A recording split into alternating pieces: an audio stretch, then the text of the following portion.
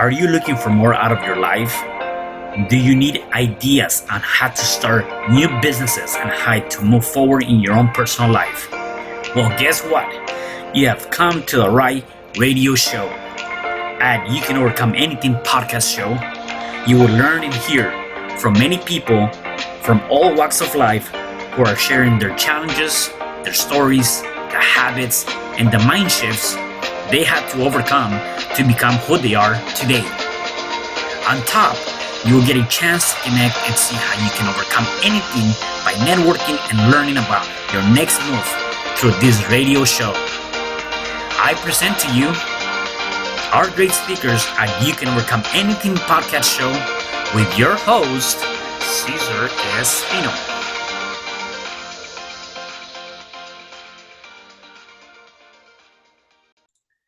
Hello there and welcome back to another episode of You Can Overcome Anything podcast show. It is your host, Cesar Espino, and you can find me at www.cesarrespino.com. Today I have a special guest. His name is Vishal Soni. Hey Vishal, how are you? I'm good, Cesar. I'm doing good. How are you? I am doing wonderful. Thank you for being here. And I cannot wait to get to know more about you and for our listeners and viewers to really take away something great from you. I was reading your bio and I'm very blown away by that, right? So I'll give our listeners and viewers just a little bit of that, and then I want you to really dive into that, right? Vishal, he actually, not only as a younger kid, he was going through a lot of that bullying and, just self-confidence and, that lacking of passion and faith and all that stuff that sometimes we go through as kids, right? Or even in our lives. That wasn't the biggest challenge, though, that he had. His biggest challenge was a very tragic accident that pretty much broke his face and almost snatched his life away. So he's lucky to be here right now and be able to share that with us. And since then, he's been able to now take that and apply some of those experiences and lessons to his own life, and also through helping people through either fitness or other aspects, coaching and training, right? So that's a glimpse of all of that. Why don't we start by telling us where you're from, and let's talk about that, your early childhood and all that stuff. Okay, so I was born in India, definitely, but then I was brought up here because my father was working here in Fujairah, which is a city in United Arab Emirates. So I was completely brought up here in this city where I am currently. And the thing which I said, the self-confidence, the lack of self-confidence started coming from my education, because in my education, I always try to give my best shot in studies. Like it wasn't as if I was distracted or I was, doing some other kind of things which were impacting my studies. Mm-hmm. But it was rather me trying my hardest to get good marks, but it never worked out. And the reason why I started to lose self-confidence is also because in my family, my sister, like I have an elder sister, and she's like the complete opposite, like talking about the childhood phase. So mm-hmm. I was a person who was not good at studies, who was not good at interacting with new people or even guests. And I like to be in my own zone, watch cartoon on the TV and just hang out with friends. That was my life. Whereas my sister was the complete opposite. She was like excellent in studies, excellent in talking to people, very expressive, all good and stuff, like having many hobbies such as singing, dancing and stuff. So she is all good at things, and I'm like the complete opposite. So this always became a point for comparison. Like I was always compared with my sister. And from there, it went on from class, like every grade in which I was studying, this just kept repeating every year because of my results. So whenever I got my results, my parents used to tell me that, learn from your sister. She's doing so good. She's studying so good. She's getting good marks. Teachers are complimenting her and stuff like that. So it's not that I was angry that they were always comparing me, but it was always the fact that they were busy comparing me rather than seeing what I was trying to tell them. I was trying to tell them that I gave my best shot, but this is all I'm getting. So, I don't know what's wrong. And in return, they always told me like I should be like her. So ultimately what happened was, by the time I reached 9th grade, I had become a completely different person, I would say, at this particular stage, it was not really about self-confidence. It was about the will to share things with people.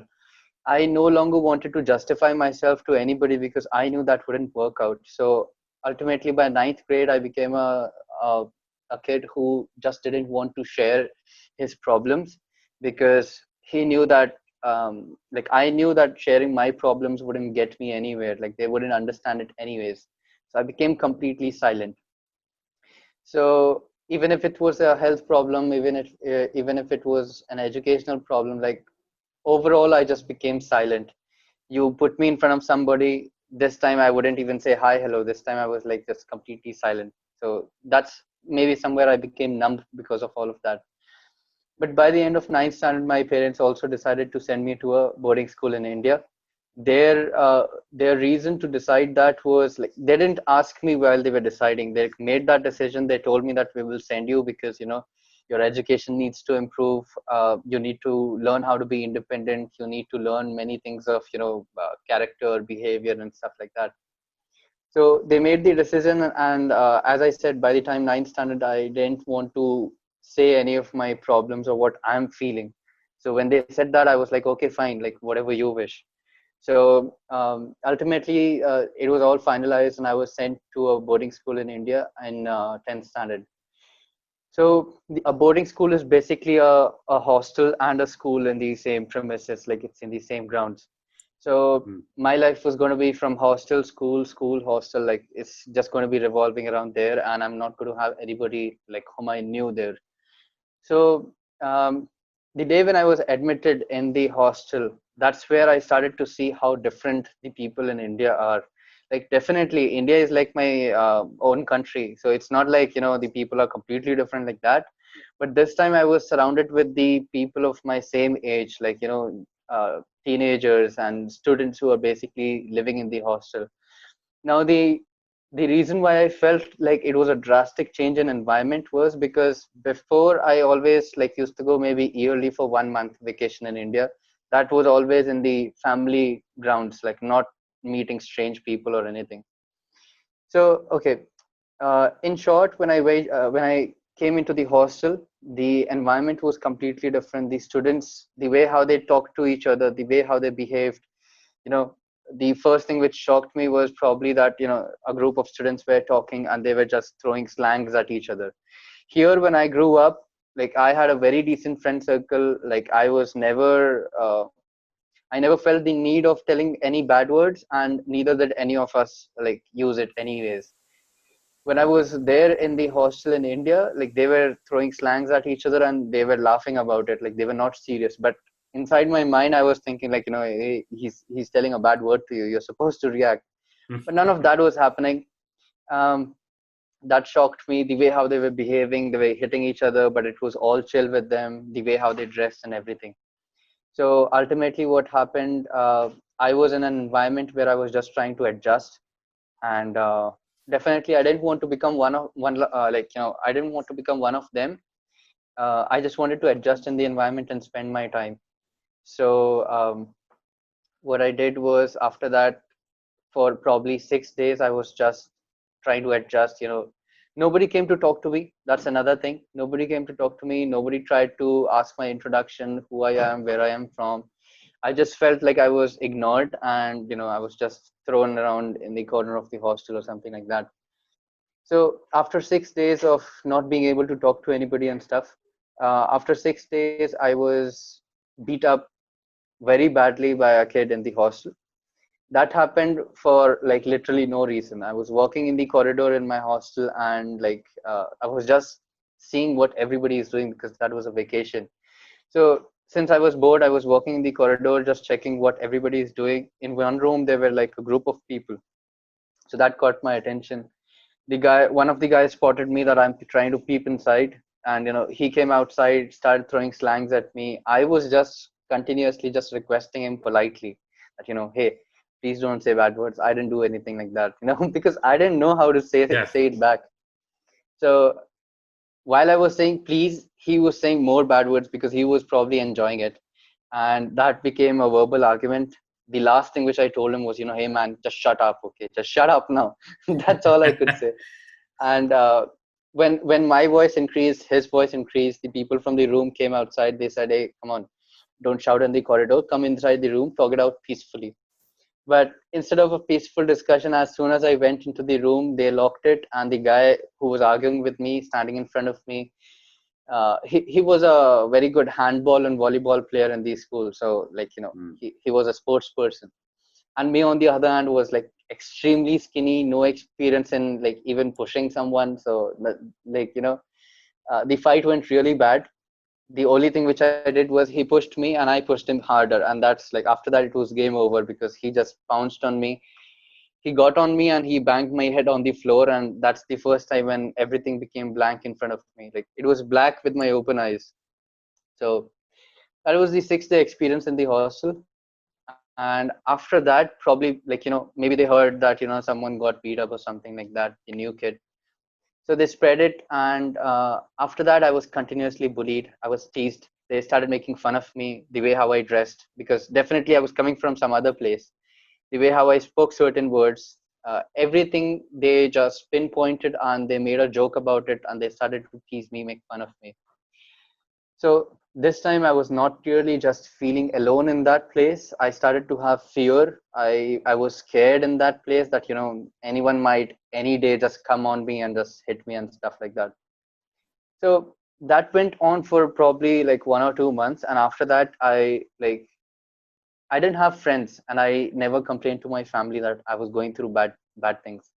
So the only thing which I had to do was just self-talk. That's all I did, like throughout the day, every day. And in that self-talk came this another realization. Like definitely most of the things were bad in it. That, like I'm not good for anything. Maybe I'm like this. That's why they're doing this and stuff. But probably after a month or two, I got this realization that okay, maybe they're making use of me because I'm skinny. So that's where I started exercising. I started exercising like while hiding everybody. I didn't want to do it in front of them because I knew they'll tease me for that as well. So I started exercising secretly, and after a week or so, like I was consistent with it. I didn't have access to internet or anything, so all I remember was from those Bollywood movies the heroes used to do. Just to copy that somehow to build body because it was really a big idea. Yeah. Uh, but I was there because I was serious about it. So after 2 weeks, probably I used to work out secretly, and someone spotted me. And because of that, the word read, and they started teasing me just because of that. And I knew that it was going to be bad, but it actually was worse. They just had so many creative jokes to play on me. And, like, for them, it was fun. For me, it was really just sitting on my emotional, mental self. So I gave up definitely because of that. I had to give up. I had choice.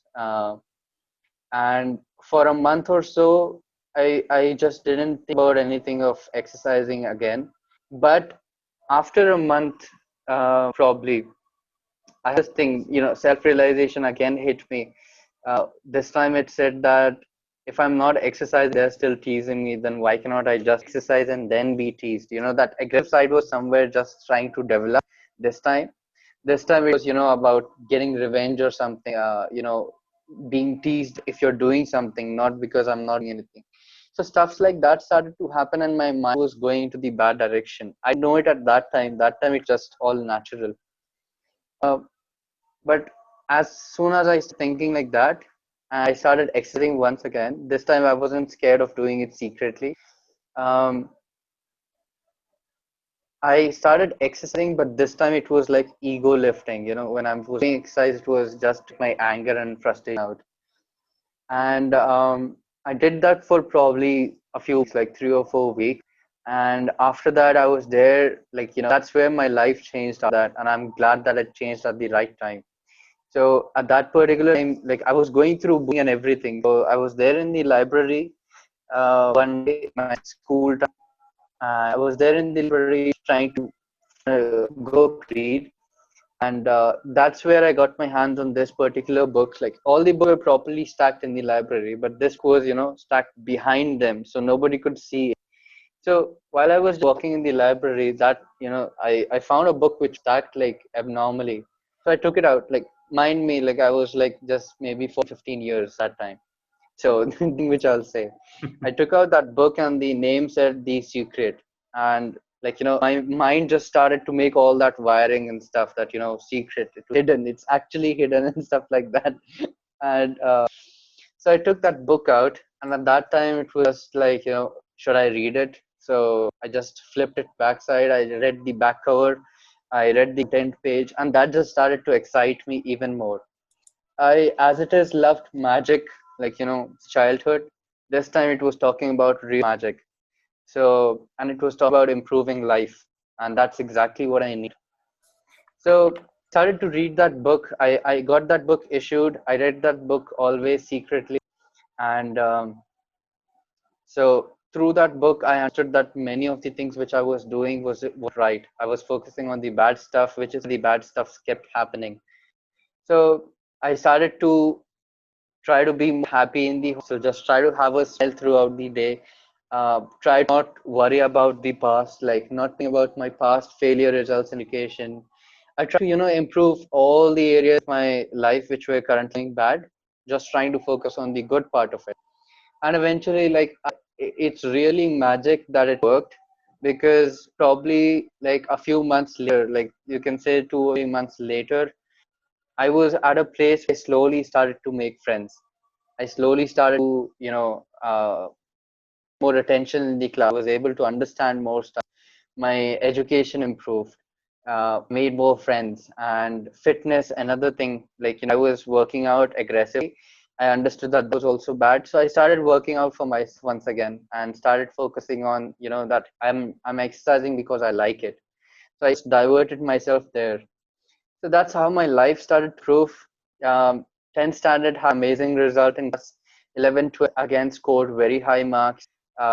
Also became the art captain in my school. Achievements slowly started to come in my life. My parents started to notice that. And then I was there in the university. So in the university, as soon as I got into the university, again, I had to stay in the hostel because I'm in India. Nobody was there. So I was there in the hostel in a new environment, but time I immediately made friends, like it wasn't that bad experience anymore. I made friends. Education in university was also good. The faculty were loving me. So life was just stepping, uphill every time since then. And the bad stuff really happened when I was there in the second year in my university. That's where the accident happened, and it was an accident which happened just like uh, I guess 9 or 7 days after my sister's engagement. So my sister was having her engagement, because of which I took some leave in India, like from my university. And my family, like parents also from UAE, they came to India to celebrate that. So it was such a good environment in my family, all happy and stuff. And after that, there was this one day where at night I was to the house because it was my last day for my father to stay in India. Then he would come back here. So when I went to India, and I found this very cool motorcycle stand out of my house, and so I agreed that I watching that bike, I was really interested. I wanted to try it out. So just to give a little context of where we were staying, the place was very deserted. There were there were very less people in our area because it was a new settlement there in India. And it was nighttime. It was winters. So in winters, nighttime happens is like people close their shops a little early to go. And it was as it is deserted and stuff like that. So I started to ask for the bike. It was 7 o'clock November 2000 and around 7 o'clock in 2014. So I started to ask for the motorcycle, saying that, just let me try it out. So first, my parents just kept saying, no, no, wait for the dinner. We'll have family dinner. That's it and stuff. So somehow they agreed after, like, I was stubborn asking. They agreed for it. I took the bike for a small round. Like, they agreed because I said I'll just go near the house. I just want to make a fit. So I was driving just a few lanes across my house. That's where I met this accident where like I was having some call on my cell phone, because of which I parked beside the road. I wasn't on the road. I wasn't driving. I parked the bike beside the road on the unpaved side, and I was sitting on it while I just, removing my cell phone just to see who called. That's the time when from behind a big white SUV car was high speed. The the only reflex action that I had was just look back, saw a big vehicle, high speeding, and it just came right into me. So I had no reflex action time that I could make move or get out of that situation. And the mistake probably which I did was I wasn't wearing a helmet, but that was considering the context where I told, like, deserted place and stuff. No cars, nothing, no traffic. So in the accident, what happened was the car hit the bike and it never stopped. It just went by, and as if nothing happened. The bike went meters away, whereas I went 2 lanes across. It was a 2 lane road, like 2 lanes going, 2 lanes coming, like that. And in the middle, there was like an unpaved area again with the cement pillars. So the bike went meters away on the road itself, and I went from the left side to the middle of the road and hit a pillar, and hit a pillar like face first. So I say face first because even I was admitted in the hospital, nobody like saw any scratches on my body. My face completely shattered, and nobody could recognize my face. It was all covered in blood, and it was completely distorted. So after that, basically, many incidents happened have taught me some very important life lessons. I'll tell you the things which happened and the lessons side by side so that it makes sense. And so basically, what happened, the place was very deserted. The car never stopped. There was this security guy who was walking and taking the round the area like at night time just to ensure that his safety. So he was on a cycle while he was taking his night shift rounds. He saw the incident happening right in front of him because he was on the perpendicular side road, a little far away. He saw the incident happening. He came to the place, rushed, and started to scream for help. Two other guys who were taking their vegetable carts and going back home, like they also far away. When they heard the cry for help, they also came. So these three guys who were going to help me. Now that's where I learned the first lesson, and the first lesson is that I was completely conscious. Okay, so it's not that I was learning these lessons while I was awake. These are the lessons I learned afterwards by by being told of how I was saved. So the first lesson that never judge anyone, like be it their color, be it their financial status, whatever it may be. Just don't judge anyone in any way. I would say, not just by the cover, but in any way. So why do I say this first lesson? Because the person who saved me was that security guard, and if you see him, he never had his education. He never stepped into a school. He doesn't seem like a good IQ. His dress up and everything wasn't like perfect. He wasn't he wasn't rich or anything of that sort. He was extremely poor. So if someone sees him, then they might look or underestimate him. But he saved my life in a way which nobody would expect. So when I was there, unconscious, completely just fighting death, um, he found my cell phone and he tried to open it up, but it had that screen lock, so of course I couldn't open it up. Now in that particular moment he might have not known what to do, but he didn't to think about it. He just took my phone and just got the SIM card out of it, put the SIM in his own mobile just to get the contact list. So that's smart enough to tell that the first lesson which I explained. He got contact list, held the customer as possible. And at first, now here's the second lesson in my life, which is that coincidence. Some people believe that coincidences happen, but the second lesson is to tell you that when you really desire something in your life, all that energy, if you put to just having a desire for something in your life, that's going to come to you. Some kind of help is going to be provided to you.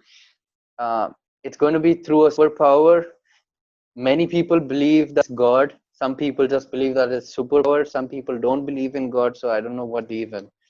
So if you have a desire to get something in your life and you're really desperate to have it, you're giving out all your energy into it, some supernatural power is going to send out help for you. Why do I say that? Now I'm going to tell you the things which happened later after that particular time, and you just cannot say that everything was coincidence because all of this was just happening so fast. You cannot say that 5 or 6 coincidents happen back to back just to save me. That's not possible. So he dialed the first contact. Here's the first coincidence. It went directly to one of my immediate seniors from university, and he knew me very well. First thing. Second thing, he stayed very far away from my house, but at that particular time, he was just around the like the area where I was staying. So when he got the call, he immediately just told the people, I'll go to hospital, I'll get everything arranged, just bring him there, and we'll fix him up and stuff like that. Bring him there as soon as possible. So he cut the call. He failed to notice or ask too many questions. Do you have a vehicle or anything? Because it was all too immediate.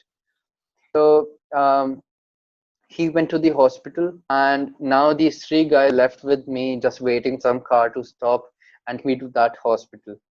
So there were a few cars passing by. Like they explained that 4 or 5 cars had passed by without stopping. Because in India, what happens is, if someone sees blood, if someone sees an accident, not many people try to stop. Firstly, they want to stay out of trouble, like any law problem or something. Second thing is because they feel disgusted with the blood and everything, so they don't want to get into that messy situation.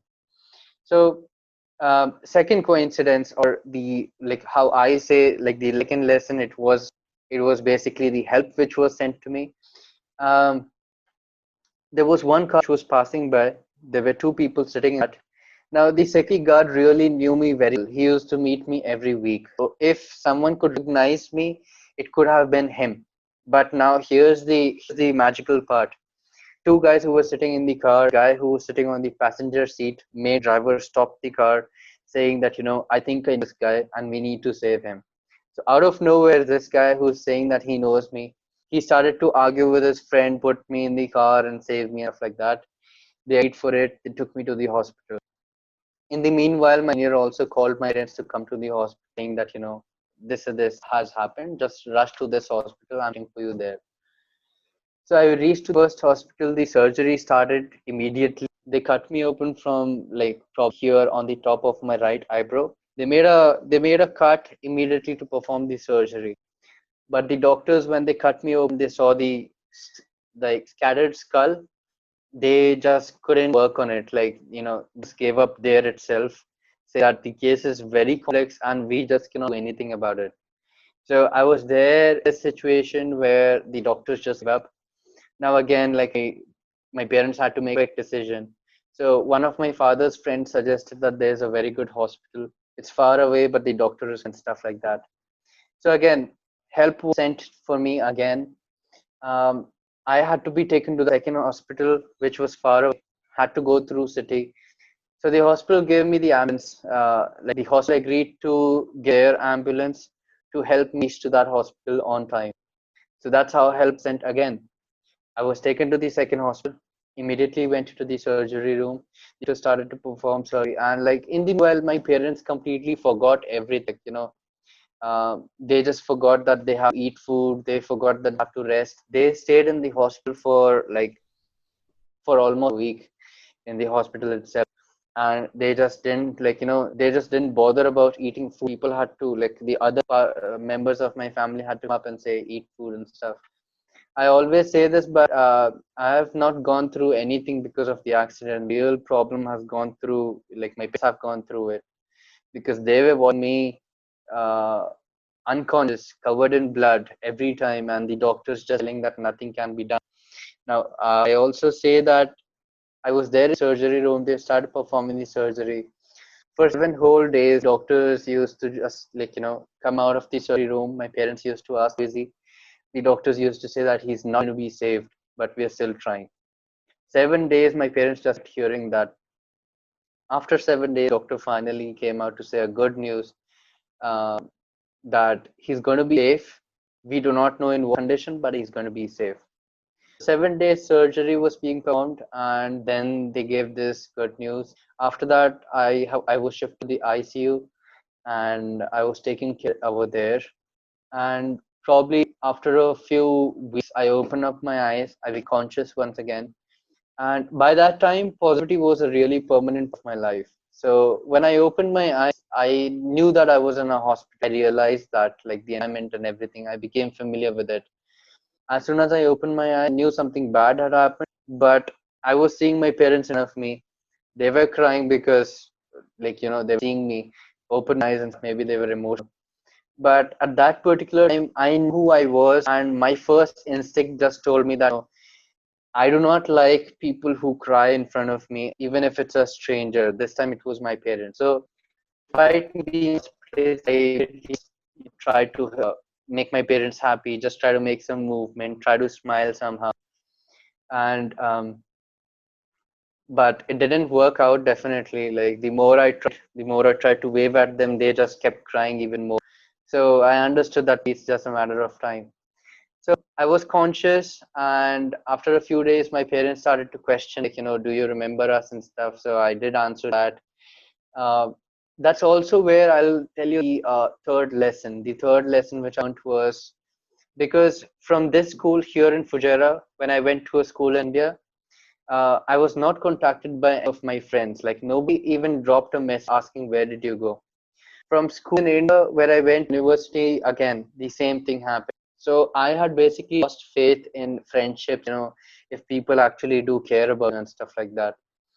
So this is the point in my life where this really changed. This mentality really. That's the third lesson, that people might not be able to message you. People might not be able to meet you.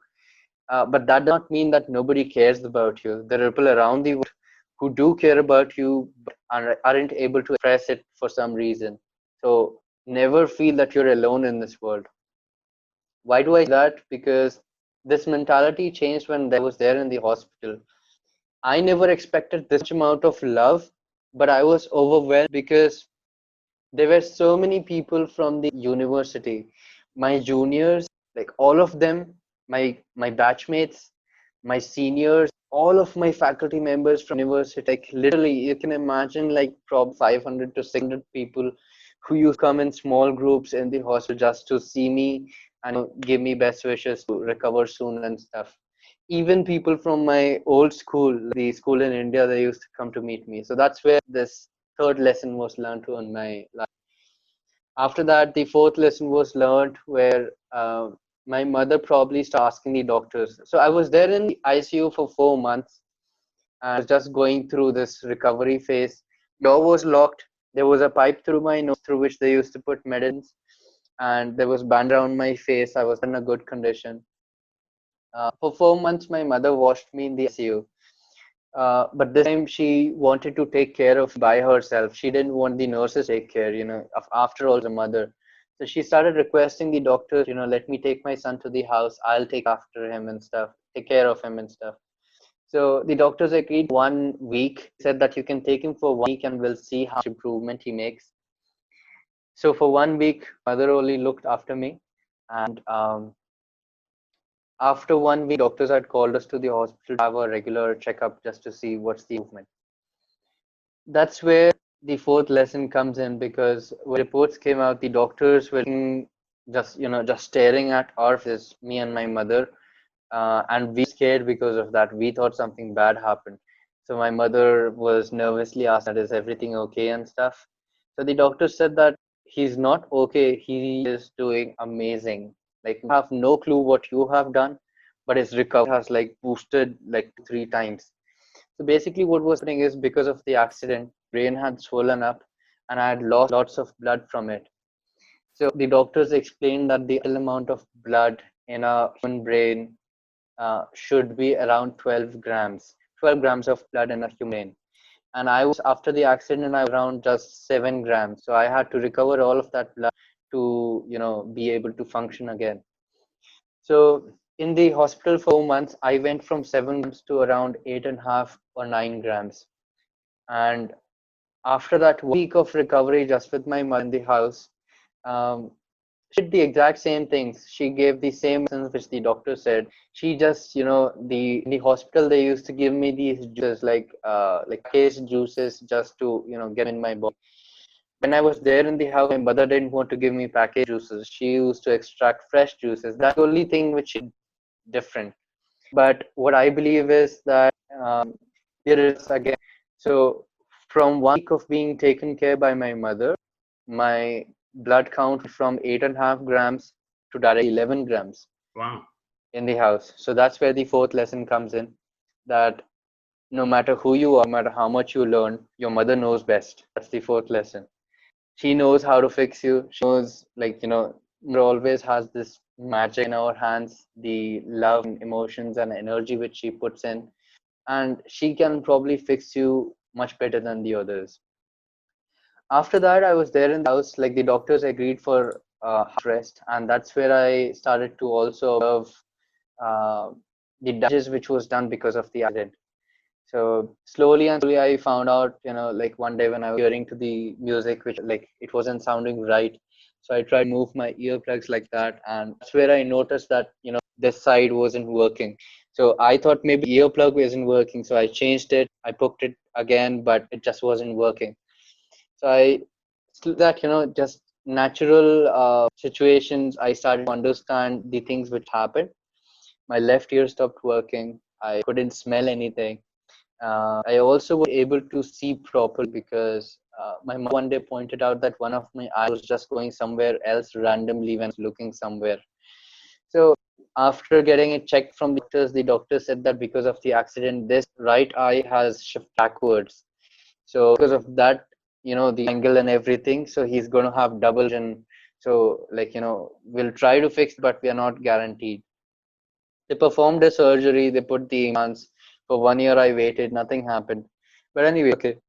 So I started to observe the changes. So I couldn't hear from the left, I couldn't smell from my nose, had double vision, and also the strangest condition was in my brain. My neurosurgeon doctor told me that I have this condition which is going to stay. I'm not going to be allowed to have any serious emotions in life. They said that if I'll become angry or if I'll become so excited or something of that sort, my brain is going to swell up once again, and my medicines will change. I'll have to be admitted to hospital and stuff. So these were all the medical conditions which I slowly and gradually understood about myself. But in the meanwhile, I also realized that for 5 months I was just doing bed rest, 4 months in ICU, 1 month in house. That's where I realized that what my university, what about my studies. So that's also the fifth lesson which I say is that never give up in your life, regardless of the condition you are in.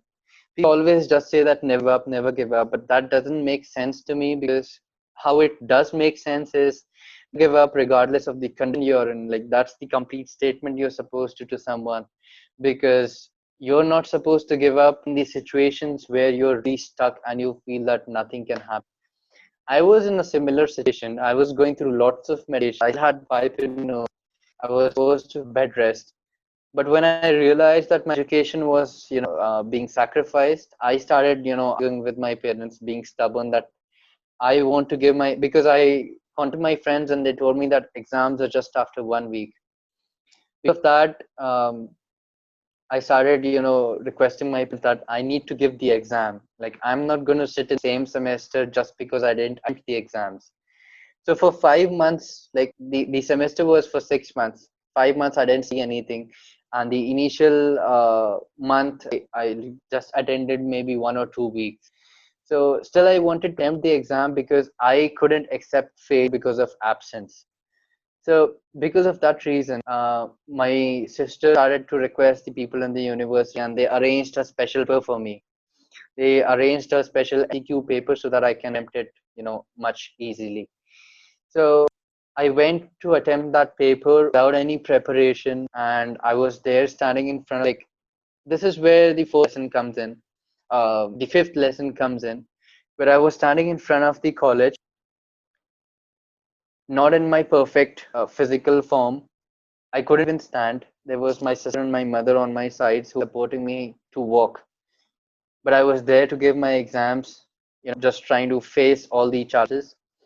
And despite being getting offers from friends that will help you out and stuff, your sister can message us the questions, will give you answers from outside and stuff, but none of that really happened. I got all the answers by myself. I got cleared, I got a good result. And that's where this fifth lesson comes in. Also, that's not the only thing. There was one day when I was standing in front of the mirror, and I saw that was the shocking part after accident, when I saw myself in the mirror. because before accident I had developed a decent body, but this time I was watching a skeleton in front like in the mirror, because I saw rib cage in my upper body. I saw all my muscles are gone. My arms were completely stuck to the bones. So this wasn't just a restart. This was like, behind the number line, because I wasn't skinny as this before. But again, it's about positivity. And most importantly, it's about giving up regardless of the condition. So, Yeah, and uh, one of the things hello. that I could say is that, like, just even looking at everything you're talking about, right? Like, man, like, I gotta tell you, your story is like super amazing. I love those lessons, and just the idea of going through that, and even understanding and looking at, um, being, feeling like you're alone, as a kid, and kind of going through that. I know that for one reason or another, people go through those things, right? And so, a lot of times it's like, how do you, as a kid or even growing up, it's like, how do you come out of that? And so I love the lessons you're dropping, because of that, and the changes you have to go through, and the fact that discovering just a simple book that might have given you ideas that you can apply, and you've applied, since then, right? So are there any other lessons you've learned from this?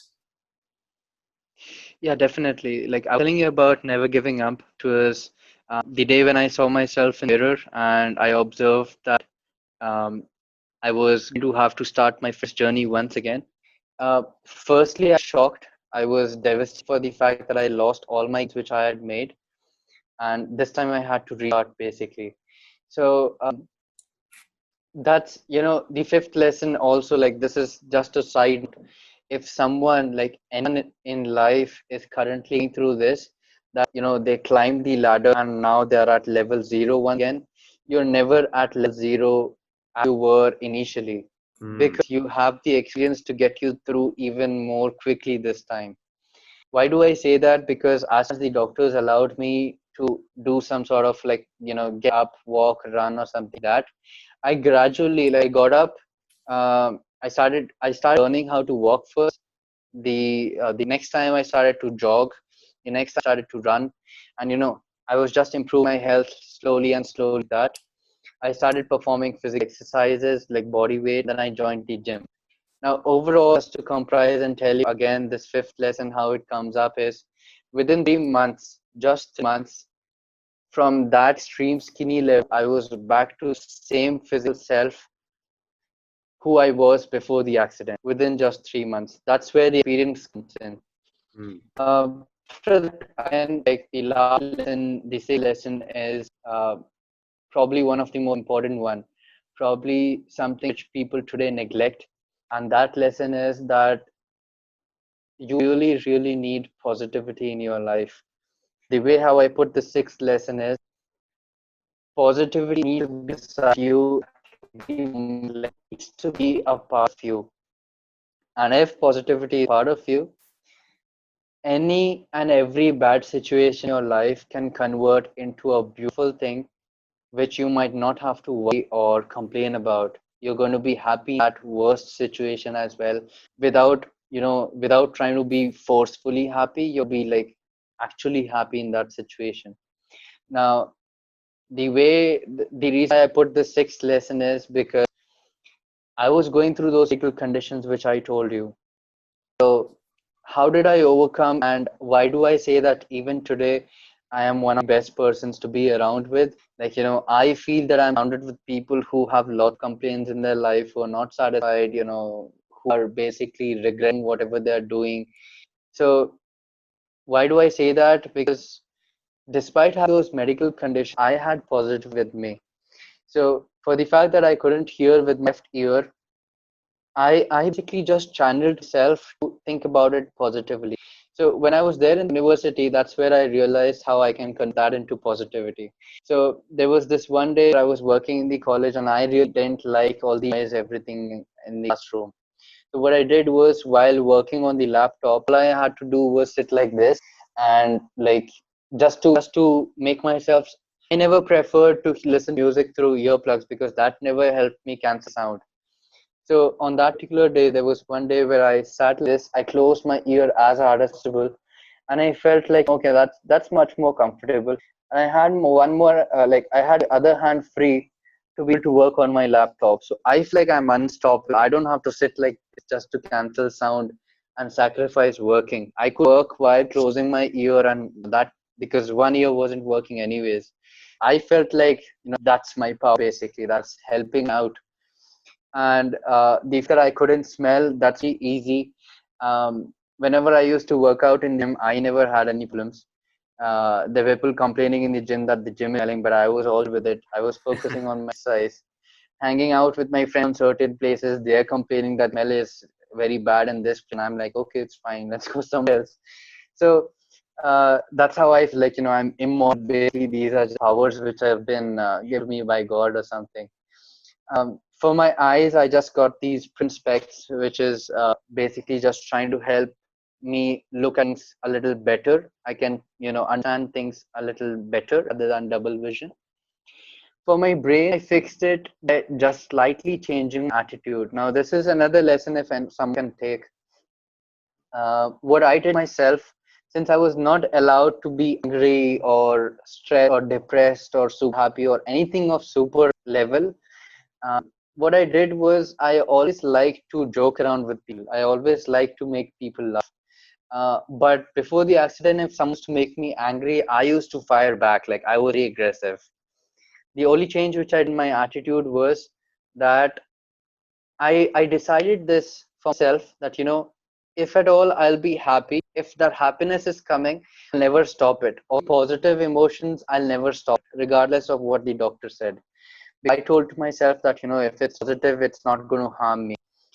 Whereas for the negative side, now trust me when I say this, doctors actually said some true. Because there was one day at university when when the teacher started scolding at me, I cried because of that. And because of that crying, I felt a pain in my head, because of which I went to the hospital. The doctor said that the brain has swollen up. Like it's not true. I'm not kidding about it. But this time I made a change to myself. I decided that if happiness and something is coming, I'm not going to stop it because it's positivity. It's not going to harm me. The small change which I did in my attitude was that I decided that if at all in my life, if someone is going to make me angry, if it's going to try to give me tension or stress, I'm going to let them complete. I'm going to let them speak. Let them just spit out everything which they have. I'm going to stay silent. Once they are done, I'm going to crack a joke. I'm going to do something really stupid. I'm going to do something crazy, make them laugh. Like, that was something which was there in me. Now I was channeling it here. Whenever I did that, that's where some people started to love me. All of my faculty started to love me. Some of my friends started to, admire that attitude we had, the character which I had, like, that had kind of jolly character. So throughout the day, I'm like, 70 to 80% just happy. The other percentage is just probably sleeping or focusing on my work. The other time, I'm just smiling. The reason for that is, the more you try to smile, that's you using positivity. Just try smiling throughout the day, just no reason, and you will feel more happy. Yeah. So there's so many things in your life you can try. And that's why I say that, having positivity by your side, you can fix anything in your life. One of the things that I really... These were the 6 lessons we learned because of full recovery. Even today, yeah. I was gonna say, I'm going through the same medical condition. Hello? Yeah, I was gonna say that one of the things that I'm really amazed by is the fact that you, how you took what might have seemed to other people negative, right? Not being able to hear, not being able to see, not being able to smell, like how you took that from stop being a victim. I'm gonna be a victor, and I'm going to create something positive. And I think that's another huge lesson by itself. Just that in itself, right?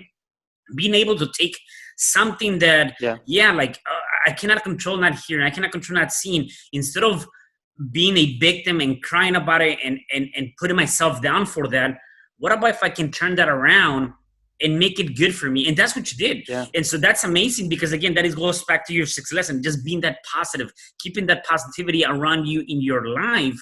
It's amazing. Like you've really have come, and overcome many challenges in your life.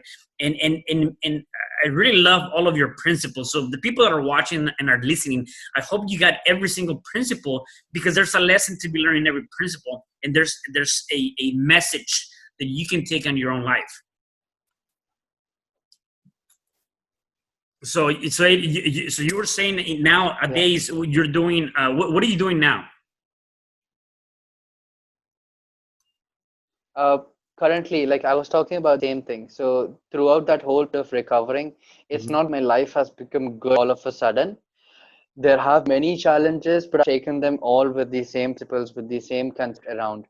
So though I had double vision, I have successfully completed my bachelor's degree in architecture, which requires lots of Wow. eye power basically to work on precision things.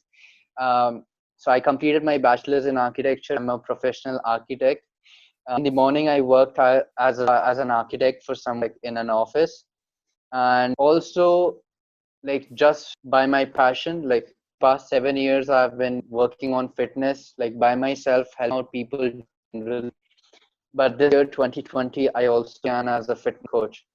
So the reason why I began as a fit coach was not just to give someone a diet plan or give someone some nutrition plan and exercise or something like that, but I wanted to use lessons which I learned in my life and help people not just be fit but happy. If the main problem, a person who is fat or obese or extremely skinny, is that after a week or two of progress, they will focus on the current situation or on the goal which is far away, and they'll give up. They'll think that I'm still obese and stuff like that, and they'll not be happy in that situation. So what I try to teach people is how to get fit, how to be happy, and how to love the progress, like how to love everything we're trying to do to get one closer. And also I also bring out a healthy lifestyle change. I teach people, I make people practice how they can be happy in the toughest situations through exercise. Definitely, I have done this experiment of a 7-day challenge with people, in which I made them go through such intensive exercises. All of them were not physically in their best self. Nobody, like a few of them had never done exercises, but after that challenge was finished, none of them had given up that exercise. Everybody was happy and surprised they were able to do it. And they themselves told me that just by doing these exercises throughout the day, we were facing other challenges equally, with the same attitude. That's something which I'm trying to achieve as well. And that's something which I'm trying to give out my clients. So in the morning, I'm working as an architect, and as a part-time, I'm working as a fitness coach. But it's I don't know if to say part-time, because even when I'm in the office, like my true passion is not just architecture but fitness as well. So even when I'm in the office, if like I spent in the office around 7 to 8 hours, but to be honest, don't tell my boss, I spent around 2 to 3 hours working with my clients as well. Yeah. So when I come home, I have my dinner, I'm again back to my clients, and also working on myself side by side. That's currently what I'm doing. One thing that I want to leave the listeners and viewers, and by the way, I really enjoy this conversation with you, Vishal. So I gotta get you back on the show, and we gotta go more deep into this, because it's a really good. There's a lot of great lessons, and I have so many different questions, Definitely. and I can definitely be here the whole day. Unfortunately, we don't have the whole day. One thing that you said that I want to make sure that we leave with the listeners and the viewers is, you said life is beautiful, yet it can end at any particular moment, and you might not even see it coming.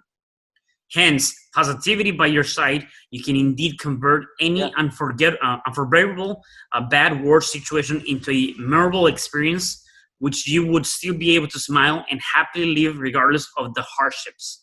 And is exactly what we've been talking about. And you're right. I love this right here, where you're right. Life can end at any particular moment. We don't know when that could be. It could be tomorrow. It could be in a minute. It could be in an hour. It could be in 10 years. And so why not live every single second of our lives with positivity, with smiling, just being happy, and actually doing and removing any kind of negativity or hardships that we might be going through up here in our head, right? And so that's really, really amazing. Um, uh, Vishal, you've given us a lot of great stuff, right? And a lot of great tips. And I want to see if I can get one more from you before I let you go. If people that are watching this are going through some sort of challenge, whatever that challenge might be, what can they do to overcome that challenge?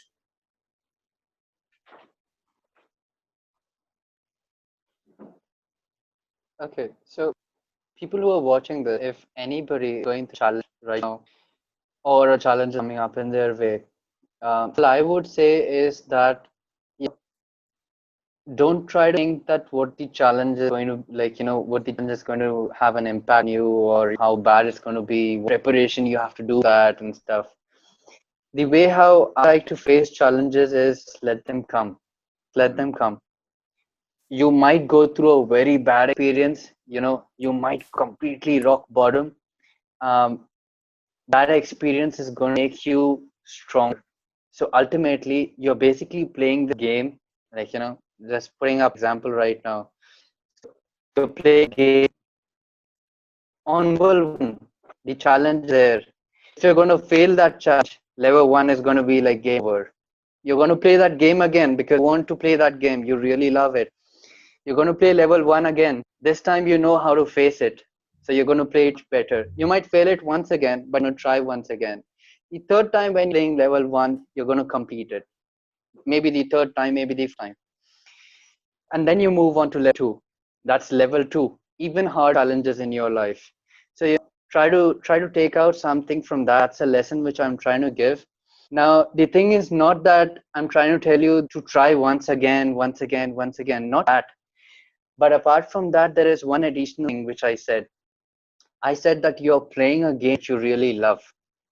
So the game which I'm trying to talk is basically your life. If you really love your life, if a challenge is coming your way, you're gonna fail, but fail properly. Like don't feel bad about it. Your life is still there. You can still play your game.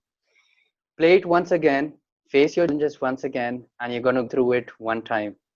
After that, you're going to go through other challenges, and it's all about loving the progress. So when you're playing a game, you're loving the fact that you're going through these stuffs and you're enjoying that whole scene. That's how you have to imagine your life in, and how you have to love it. The fact that you were just quoting the thing which I had said, that if you have positivity by your side, you can enjoy the worst things in your life. At times, even today, there are things which I really love to enjoy. Try sitting yourself, like cut off yourself from all the other noise and the people. You can just enjoy yourself by opening up a bottle, just drinking water and focusing that you're drinking water. You can be happy just by drinking water. There are so many things that you can do just to be happy, and ultimately you're happy. You're basically loving that game which you're playing, and the challenge becomes just another thing which you're not going to worry about, rather just going to enjoy facing. I love it, Vishal. I love that. Definitely, man, you drop so much wisdom and so many different valuable lessons. And just kind of going back to the very last thing you talked about, love that game that you're playing. And that game you're playing right now is your life. And so why not make it the best and learn from those, down moments, those lessons, so that you can keep playing the love of your life. So, Vishal, how can people connect with you? Where can they find you? Yeah.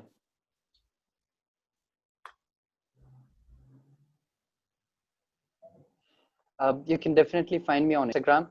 I'm the IG handle which I have is @ironfit,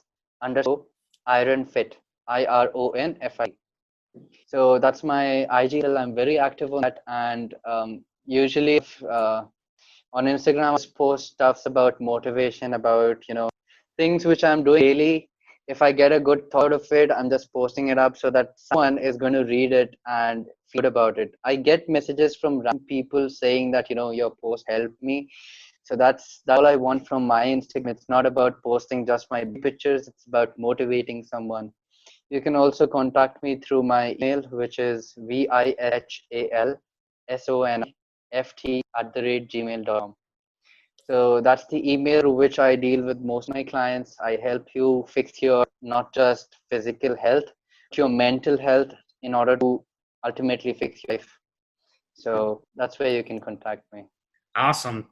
Well, Vishal, thank you so much for being here. I really, really appreciate your time, and we definitely gotta do this again, and we gotta get you back on the show and definitely talk more and dive into all the lessons and get more into that, because I think that'll definitely be of much value. So once again, thank you for being here on the show. Thank you, Cesar. Thank you for having me on your show. It has been a pleasure. Thank you. Great, thank you. And for the rest of you guys, do me a favor, make sure you come, like, subscribe to this podcast. You can find us on every single podcast platform. You can also find us on YouTube. So make sure you subscribe so you can listen to this and all the other great guests. I'll see you guys at the next podcast show. Goodbye. Hi, I'm Cesar Espino, real estate investor, business coach, and consultant, and author of the book, You Can Overcome Anything, Even When the World Says No. My number is 424-501-6046. In my book, I talk about making the necessary changes to shift your mind for prosperity and certainty. Pick up your copy at Amazon. I also love helping families with their real estate and can purchase your house fast and all cash. Follow me on Instagram, Facebook, and LinkedIn. My number is 424-501-6046. Thank you for having me today. I am so glad you've tuned into this podcast. You can find me at your favorite podcast platform where you can like, subscribe, comment, and share. And to learn more about myself, my services, you can find me at www.cesarrespino.com, or you can also find me at your social media. Thanks for joining me, and I am looking forward to having you at the next episode. And know you truly can overcome anything.